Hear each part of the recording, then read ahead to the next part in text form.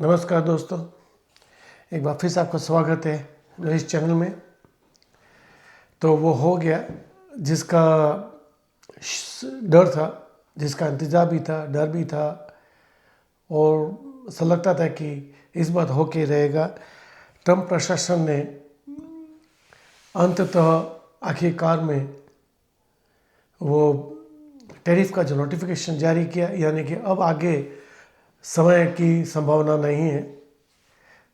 भारत का प्रशासन भी इसी का इंतजार कर रहा था शायद, और इस बात का इंतजार कर रहा था कि ट्रंप क्या करते हैं, अमेरिकी प्रशासन क्या करता है, क्या समय की अवधि पूरी होने के बाद फिर से कुछ अवधि देता है या उनमें कोई मुड़ाव आता है, कोई लचीलापन है कि नहीं।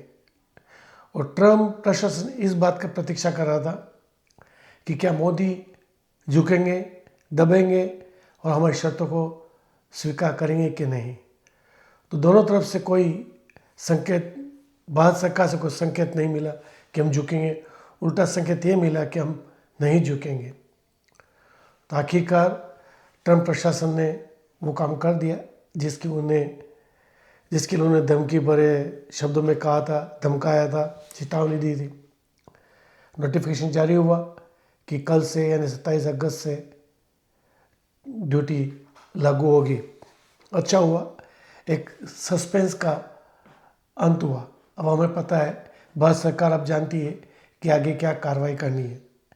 मोदी जी की ये एक नीति है, ये उनकी शैली है कि जैसे को तैसा ऐसा नहीं करते हो कि जो ट्रंप प्रशासन ने ड्यूटी बढ़ा दी तो मोदी सरकार भी ड्यूटी बढ़ा दे, ऐसा मोदी सरकार नहीं कर दी। अगर ऐसा करती, अगर मोदी के स्टाइल में अगर यह होता कि जैसे को तैसा, तो सोनिया गांधी कब से जेल में होते। मगर मोदी सरकार की ये भावना नहीं है। मोदी काम करना चाहते हैं, काम करना जानते भी हैं। इससे उन्होंने इंतज़ार करना अच्छा समझा कि राह देखो आखिर क्या होता है। अगर ट्रंप प्रशासन नोटिफिकेशन नहीं करता और वो जो उन्होंने वो चेतावनी दी थी वापस कर लेते, वो प्रशासन कहता कि हम बातचीत करेंगे इस पर, तो क्या है कि आगे का रास्ता साफ होता। राजनीतिक कूटनीति में ये ऐसा ही चलता है और ऐसा ही होना चाहिए कि प्रतीक्षा देखो करो कि आगे क्या होता है। मोदी सरकार ने कूटनीति का परिचय दिया और शांति से बैठी सरकार, कोई हलचल नहीं की। मगर अब जब ट्रंप ने, अमेरिकी प्रशासन ने जब ड्यूटी का ऐलान कर ही दिया है, नोटिफिकेशन जारी कर दिया है, विज्ञप्ति दे दी है, कर दी है, तो अब 50% ड्यूटी लागू होगी। वो अब हकीकत में, यथार्थ में आ रहा है। तो अब देखना है कि भारत सरकार क्या कार्रवाई करती है, इसका कैसे मुकाबला करती है। मगर जिस तरह से हल्ला हो रहा है, मेरा ज़्यादा मुद्दा ट्रंप के 50% या 100% या जो भी प्रतिशत वो ड्यूटी लगाना चाहे उससे नहीं थे, उससे मेरा कोई मुद्दा नहीं है। वो मुद्दा नहीं मेरा, क्योंकि अमेरिका एक स्वतंत्र राष्ट्र है, उसकी नीति अपनी नीति होती है। हर राष्ट्र की हर नीति अपनी स्वयं की होनी चाहिए, चाहे राष्ट्र नीति हो, धर्म नीति हो, राजनीति हो, आर्थिक नीति हो, विदेश नीति हो, सुरक्षा नीति हो, जो भी हो। हर देश का अपना अधिकार है कि वो कैसे अपने देश को चलाना चाहता है। अच्छा बुरा ये मैं नहीं कह रहा हूँ, ये हमेशा समय बताता है कि जो किया अच्छा किया या बुरा किया। मगर ये अधिकार है हर देश का कि वो किसी अन्य देश के साथ कैसे संबंध बनाता है, किस प्रकार से संबंध तोड़ता है। तो यह अमेरिका की ये उनकी अपनी इच्छा, ट्रंप की अपनी इच्छा, और राष्ट्रपति है उनकी, उसके साथ अमेरिका का प्रशासन भी है, अमेरिका का कांग्रेस, यहाँ का संसद, यहाँ की राज्यसभा, लोकसभा, सब ट्रंप के साथ है। ये उनकी इच्छा है कि वो भारत पे कितना टैरिफ बढ़ाना चाहते, और अधिक करना चाहते, कम करना चाहते, ये उनकी अपनी इच्छा है। उनकी व्यापार नीति क्या कहती है, उनका हित क्या कहता है, उसी के अनुसार वो काम करेंगे। इस पे मैं ट्रंप को दोषी नहीं मानता हूँ। चाहे उनकी जो नीति है, जो काम कर रहे हैं, वो शायद फॉल्टी है, गलत है। ये कई अमेरिकी राजनीतिज्ञ भी बोल चुके हैं, कई अमेरिकी अर्थशास्त्री बोल चुके हैं, मगर ट्रंप है कि मानता नहीं। तो ठीक है, हमें ये देखना कि हमें क्या करना है और हम इससे कैसे मुकाबला करेंगे। सबसे बड़ी गलती हमारे देश के बुद्धिजीवी वर्ग की है, जिन्होंने इस पर बहुत हल्ला मचाया। ये हल्ला जो मचा है, इसी से ट्रंप प्रशासन को बल मिला कि शायद मोदी सरकार दबाव में आ जाए भारत की जनता के आक्रोश में। आक्रोश होने जैसा कुछ भी नहीं है। ट्रंप ने जो भी किया, अमेरिका ने जो भी किया, उनके हिसाब से सही गलत जो भी हो, मुझे लगता है, ये मेरा आकलन है कि हमें इतना फर्क नहीं पड़ेगा जितना हल्ला मचाया जा रहा है और जितना अमेरिकी प्रशासन आंक रही है। उनका आकलन ये है कि अगर हम ड्यूटी बढ़ाएंगे 50% से और भी अधिक बढ़ाएंगे तो भारत की अर्थव्यवस्था चरमरा जाएगी। ऐसा आज तक नहीं हुआ है। हमने कई ऐसे संकटकालीन स्थिति से उभर के सामने आगे आए, ऐसे कई संकटों से जूझे हम। अभी कोविड का देख लीजिए कैसी हालत है, पूरा विश्व ठप था, भारत भी ठप था, मगर उस परिस्थिति से हम उभर कर आगे आए। तो ये जो कोविड की सिचुएशन थी, स्थिति, उसके सामने ट्रंप की ये जो नीति है वो कुछ भी नहीं है। जब हमने परमाणु विस्फोट किया था अटल वाजपेयी के नेतृत्व में, तब भी यही था। अमेरिका ने कई सैंक्शन लगाए, प्रतिबंध किए, मगर हम उभर कर सामने। क्या वाजपेयी जी ने परमाणु विस्फोट करने से रोका अपने आप को? नहीं, वो जानते थे कि परमाणु विस्फोट होगा तो सैंक्शन आएंगे, अमेरिका से प्रतिबंध आएंगे, मगर फिर भी जो करना था वो किया और हमारी अर्थव्यवस्था बहुत तेज़ी से आगे बढ़ी थी। उससे भी ज़्यादा बड़ा उदाहरण आपको मैं देना चाहूँगा, अगर आपको याद हो या ना हो। 65 में जब भारत और पाकिस्तान का युद्ध का समय था, तो अमेरिका ने हमें धमकाया था। कि अगर तुम युद्ध करोगे हम तुमको गेहूँ नहीं देंगे, क्योंकि उस समय भारत अमेरिका से गेहूँ आयात करता था और गेहूँ खाने की चीज़ लाइफ लाइन थी। उसके सामने हर कोई झुक जाता, मगर शास्त्री जी ने कहा हम नहीं झुकेंगे, जरूरत पड़ी तो हम खेतों पे अन्न उगाएंगे। और इस गेहूँ के निर्यात पर रोक की आशंका को देखते हुए शास्त्री जी ने यह भी कहा था, लोगों से आह्वान किया था कि हर व्यक्ति सोमवार का व्रत रखे, और सोमवार का लोगों ने व्रत रखा। एक ये सांकेतिक था, उससे कितना असर हुआ गेहूं की खपत पे ये कहना मुश्किल है, मेरे पास कोई आंकड़े नहीं है, मगर एक सांकेतिक था मनोबल बढ़ाने के लिए। और मनोबल बढ़ा, युद्ध हुआ और पाकिस्तान को हमने धराशायी किया।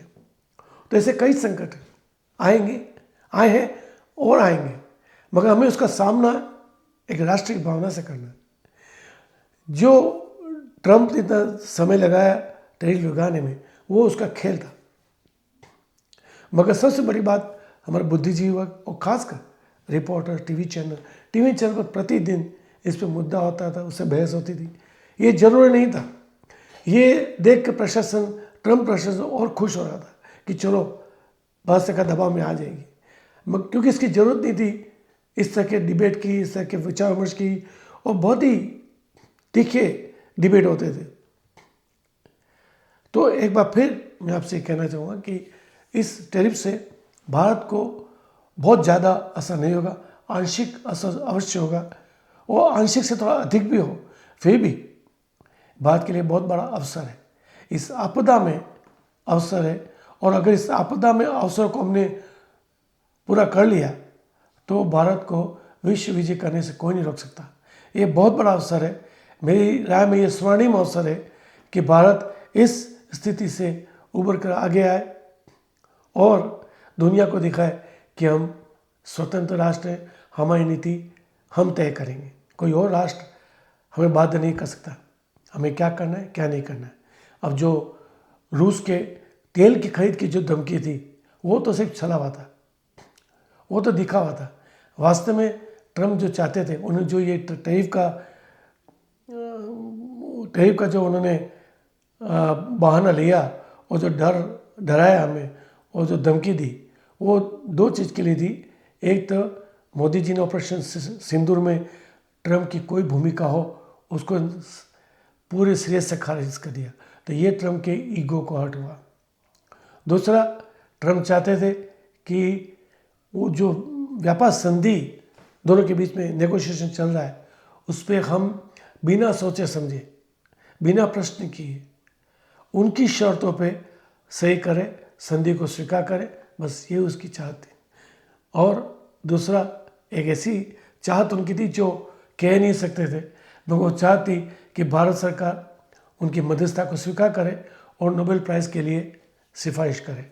ये कुछ 2-3 मुद्दे थे जिस पे ट्रम्प प्रशासन चिढ़ा हुआ था, अड़ा हुआ था और किसी तरह मोदी जी को झुकाने का प्रयास कर रहा था।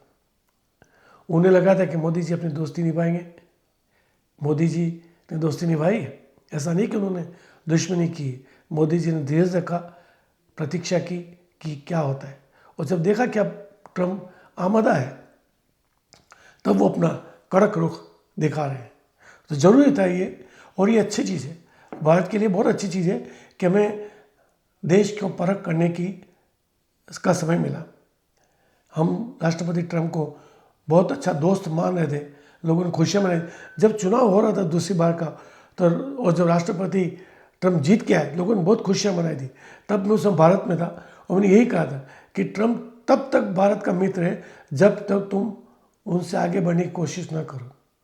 तुम उसके नीचे रहोगे, उनके पीछे रहोगे, तब तक वो दोस्त है।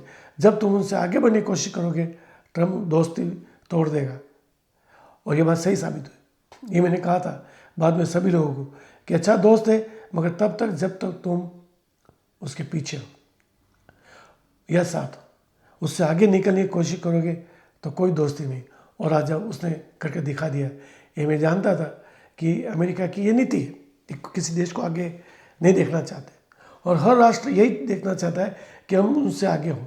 ये सब की ये छल नीति, ओछी राजनीति है, क्योंकि उनका जो सिद्धांत जियो और जीने दो, वसुधैव कुटुंबकम का नहीं है, जो हमारे देश का है। इसलिए मैं हमेशा कहता हूँ, मैंने इस पर ब्लॉग भी लिखे कि सार्क ऐसा मंच है जहाँ भारत अपनी प्रमुख भूमिका तहत पूरे सार्क देशों का कल्याण कर सकता है।